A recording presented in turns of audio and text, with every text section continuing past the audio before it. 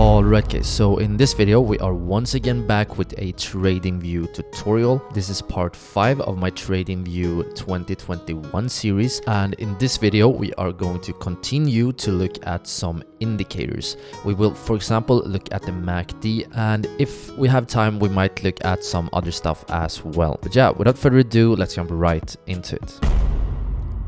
And real quick before we start, as always, I just want to mention that before you start opening TradingView yourself, what you do want to do is that you do want to sign up. And if you want to, I actually have a special TradingView sign up link. I will have this one both in the description and also in the pinned comment. And you can use that link and sign up for free. I think that TradingView's free version is very good. However, if you do sign up using my affiliate link and then later on decide to upgrade to a pro version, you can get up to a $30 bonus, and at the same time you help out the channel and the community. So that would be so awesome, guys. And the reason you do want to sign up is because if you don't, you will always get a pop-up window. Now let's kick this video off right here. And let's start by opening a chart. And by now, if you have been following my series, by the way, I will link the playlist of my TradingView series up in the corner in the eye. But if you have been following my series, you know that when you want to open a chart, the easiest way is to search for the ticker symbol. So in this case, I want to open a Ethereum chart, so I search for ETH.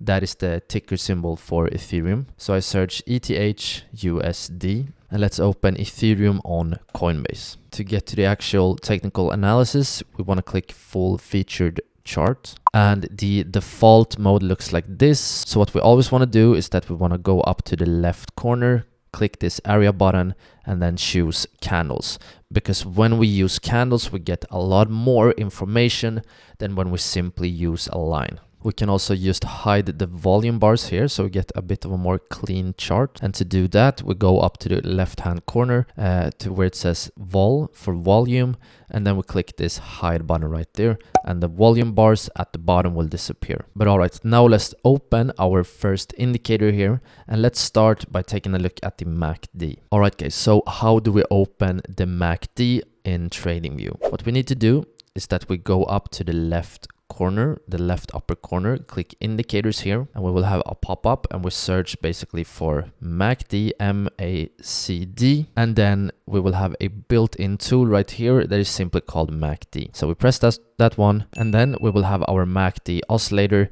here in the bottom of the chart. If you want to change the size of the MACD, you can basically hover over this line right here and hold in your mouse button, and you can make it larger and smaller. For educational purposes, let's have this one pretty large for this video. And you can also, if you hover over the vertical axis right here, you can change the scale of the MACD like this. So what is the MACD oscillator? Well, the MACD oscillator stands for the Moving Average Convergence Divergence. And this oscillator consists of 3 things basically. First of all, you have the blue line that goes, you can see goes something like this.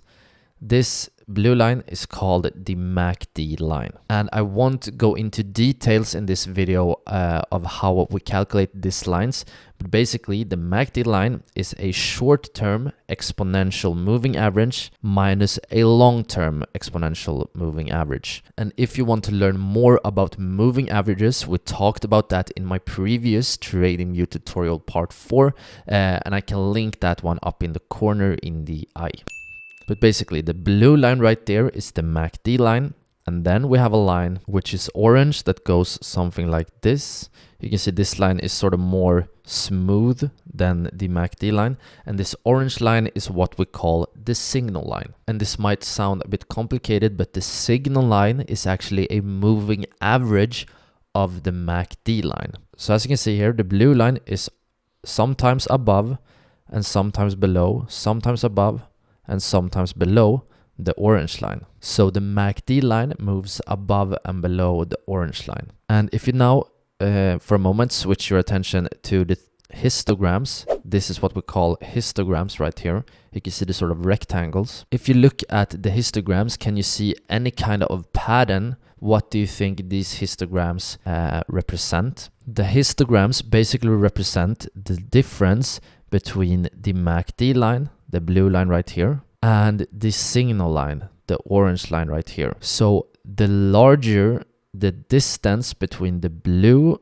and the orange line, the larger the histogram will become. So for example, in this case, we have a pretty large distance between the lines. We can represent that with a square like that. You can see the distance is large, and that makes the histogram large, right? But here, when the lines are close to each other, you can see this whole section, we can see that the histograms are also very small. And conversely, you can see between the lines right here, you can see that we have a large distance between the blue and the orange line, and that makes it so that the histogram is large too.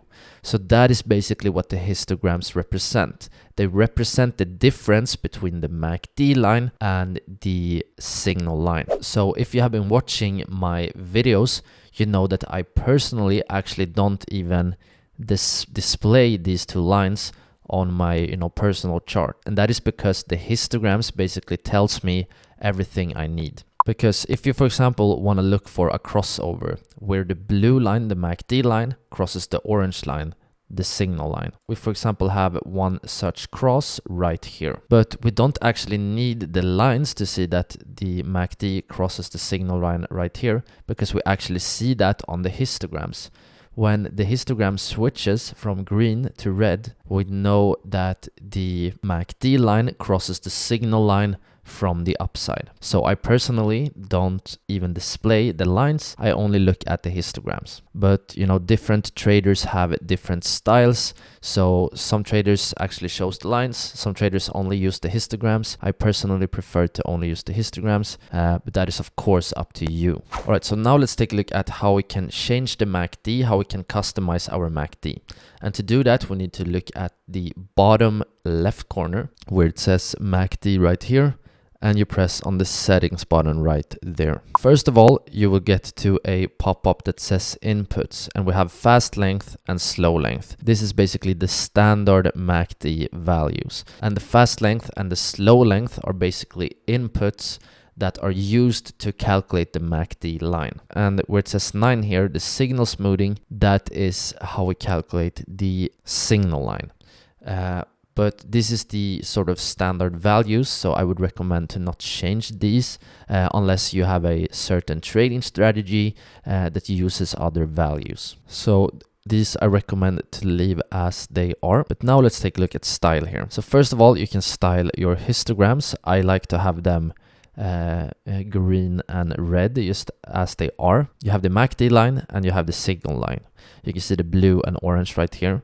If you want to, you can of course change color of the MACD line and you can change the color of the signal line. But what I do personally is that I uncheck the MACD, I uncheck the signal, and then we will have only the histograms showing. So as you can see right here we only have some beautiful histograms showing. But all right, so what does the MACD actually tell us? What does the histogram in this case? And here we got this annoying pop-up that always comes up if you don't sign up for TradingView. So make sure that you have done that, and we have to refresh. And when we refresh, our work is gone, so that kind of sucks. But all right, now let's jump back into the chart and let's have the MACD displayed as it is when we just open it. So here we have a MACD, but we haven't really talked about what the MACD actually means. And well, to put it very simple, the MACD is a measure, as pretty much all the oscillators, a measure of momentum. So when we have a big difference between the MACD line and the signal line, or if you want to look at the histograms, when we have a large histogram, we know that we have a high momentum. If it is on the upside, we have a large green histogram, meaning that we have a large price movement on the upside compared to recent price movements. So as you can see, for example, right here, you can see that this move here for Ethereum was very strong to the upside compared to the previous moves. So because of this, we got a large positive or bullish histogram. For the same reason, here on the MACD, you can see that we have a large difference between the signal line and the MACD, but on the downside. This will be represented on the chart with a large red histogram, meaning that we have a strong negative or bearish force to the downside. And as you can see, this force right here for Ethereum in this case was very strong and very different from the previous force we had, and that is why we get a strong momentum reaction on the histograms on the MACD oscillator. But alright guys, I think that's pretty much it for this video. We will talk about oscillators in the next one. This one went a bit too long. But yeah, if you found any kind of help or value, then please consider dropping a like. And if you guys are interested in more similar content, then don't hesitate to subscribe and hit that notification bell. I hope you guys have an awesome day, and I hope I will catch you in the next video. But for now guys, take care. Ciao, ciao.